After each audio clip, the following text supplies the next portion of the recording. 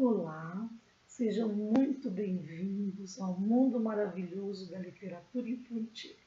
Sou a professora Lucimar e no decorrer desse semestre nós vamos falar sobre literatura infantil. Essa é a primeira aula que nós vamos tratar desse assunto e que a gente inicie um bom trabalho e que ao final desse semestre nós tenhamos uma nítida noção e um sedimentado trabalho sobre literatura infantil. Antes de falar sobre literatura infantil, entendemos que é importante falar sobre arte, posto que literatura é a arte da palavra, né? Então, é importante localizar a literatura no mundo da arte, da música, dança, escultura, teatro, pintura, fotografia, histórias em quadrinho, caricatura, então, tanta coisa, né, compõe a arte, inclusive a literatura que se faz pela palavra. Por outro lado, toda palavra é literatura? Todo o material que se desenvolve a partir da palavra é literatura? Não. Literatura só é se ela usar a linguagem literária. Então, para que seja literatura, seja considerado literatura, tem que necessariamente utilizar a linguagem literária. E a linguagem literária, ela faz parte dos poemas, das letras de música, dos contos, dos romances, peças de teatro. Então, esses textos compõem a linguagem literária. A linguagem não literária, na linguagem não literária encontramos as reportagens, os discursos políticos, bula de remédio, receita de bolo, anúncio. Então, existe necessariamente, né, a imposição de que para ser considerado literatura, o trabalho com as palavras tem que ser a partir da linguagem literária. Literatura é, para alguns autores, a ficção, a invenção ou recriação de uma realidade por meio de palavras. Então, ficção, invenção, recriação. Gilberto Gil tem uma melodia que diz assim: uma lata existe para conter algo, mas quando o poeta diz lata, pode estar querendo dizer o incontível. Uma meta existe para ser um alvo, mas quando o poeta diz meta, pode estar querendo dizer o inatingível. Então, continua, né, dizendo que não se imponha sob a meta do poeta, porque, né, ele que determina o que contém em sua lata ou como constituir a sua meta. Então, que a gente deixe a meta do poeta, não discuta, deixe a sua meta fora da disputa, meta dentro e fora, lata absoluta, metáfora. E é isso, né? Literatura é metáfora, é pleonasmo, são todas as figuras de linguagem que nós conhecemos, que vão fazer esse trabalho, essa linguagem recriada, né? Uma recriação da realidade, uma forma diferenciada de se trabalhar, de se desenvolver a palavra. O texto literário, né, que utiliza a linguagem literária, ele se divide entre prosa e poesia. Prosa são os textos constituídos por parágrafos, períodos, enquanto que a poesia, cada linha dela é chamada de verso, ela se compõe a partir de estrofes e se desenvolve muitas das vezes a partir das rimas, da métrica, né, da metáfora. Então, os textos literários podem ser em forma de prosa ou de poesia. A literatura tem uma função importantíssima, né? E a função da literatura é ser instrumento de conhecimento do mundo. Então, conhecemos o mundo a partir do conhecimento e do trabalho com a literatura. Um instrumento de conhecimento do homem, a partir dos personagens, dos narradores, dos eulíricos, nós conhecemos a psicologia, a forma de agir do homem. e é também um instrumento de formação do desenvolvimento intelectual, moral, ideológico e estético. Olha quão importante, né? Nós podemos pensar que a literatura conta a história conta a literatura. Então, elas estão intrinsecamente envolvidas. Dentro da literatura, que é um gênero e que possui subgêneros, gêneros de texto, né? A literatura é um gênero de texto e dentro da literatura nós temos diversos outros subgêneros, que são os romances, os que já comentamos, né? Os romances, os poemas, os contos, as fábulas. E dentro da literatura também há uma modalidade de gênero que a gente chama de gênero literário.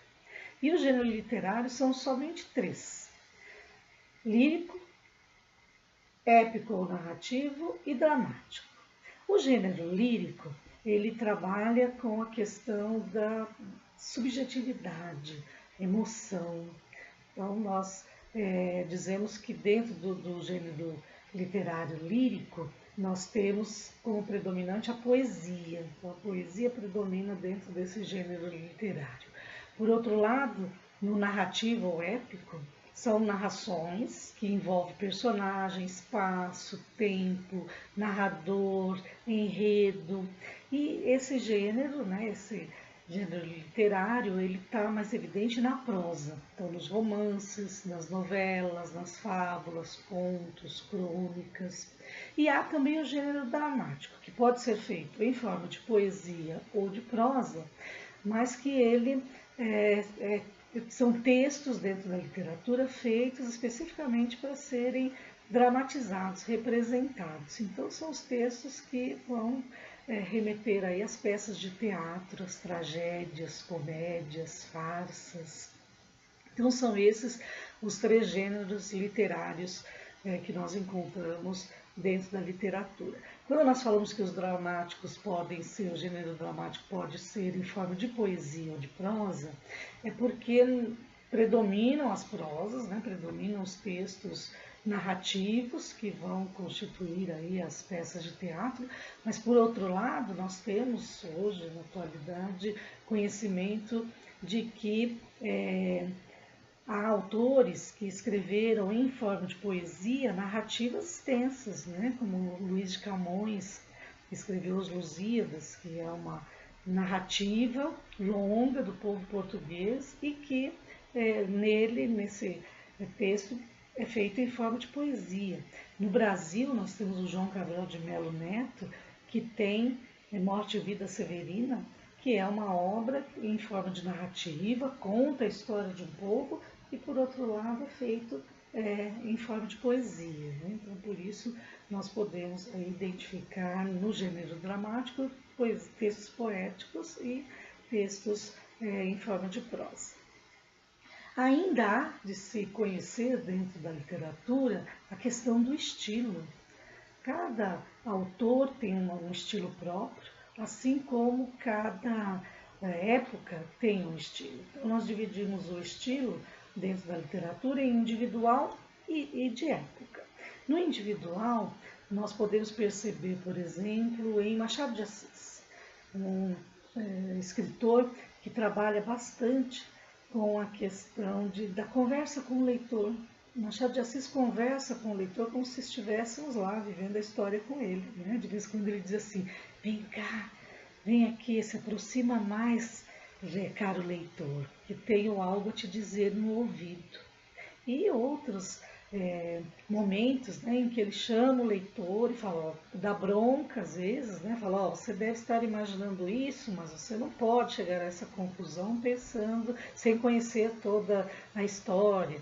Então ele conversa como se estivéssemos ali pertinho dele. É uma forma de escrever uma característica individual dele e nisso, né, a gente caracteriza aí o estilo individual. Dentro do estilo de época, nós temos um pouco mais abrangente, nós temos todos os movimentos literários, por exemplo, que nós trabalhamos no Brasil, que tem em cada época algumas características diferenciadas. Nós temos uma linha do tempo, da literatura, né, que marca os estilos de época, e desde 1500 até os dias atuais, os movimentos literários é que vêm trabalhar essa questão do estilo de época, né? Então, no barroco, do rococó, dos textos bastante rebuscados, depois o arcadismo com o carpe diem, romantismo com a idealização, com o amor impossível, realismo, simbolismo, pré-modernismo até modernismo. Então, aqui nós temos demarcados os estilos de época e indo complementando os estilos individuais dos nossos grandes escritores. É isso que nós tínhamos para hoje. Nossa aula de resumo termina aqui e já marcamos uma próxima aula na qual nós adentraremos especificamente a literatura infantil. E fica uma lição de casa hoje para nós, já que falamos sobre os estilos, né, e demos o exemplo aí do Machado de Assis como um estilo de individual. Eu gostaria de indicar a vocês que estão assistindo essa aula que deem uma folheada, pelo menos, num livro do Guimarães Rosa. Guimarães Rosa também tem uma forma de escrever, um estilo muito particular e muito curioso. Guimarães Rosa tem um dicionário para se ler a obra dele, porque tão criativo que ele é com relação ao trabalho aí com as palavras dentro da literatura. Então a lição de casa é conhecer ou rever alguma obra de Guimarães Rosa para que possam entender melhor essa questão do estilo individual. Ok? Então até a próxima aula e até lá. Tchau, tchau.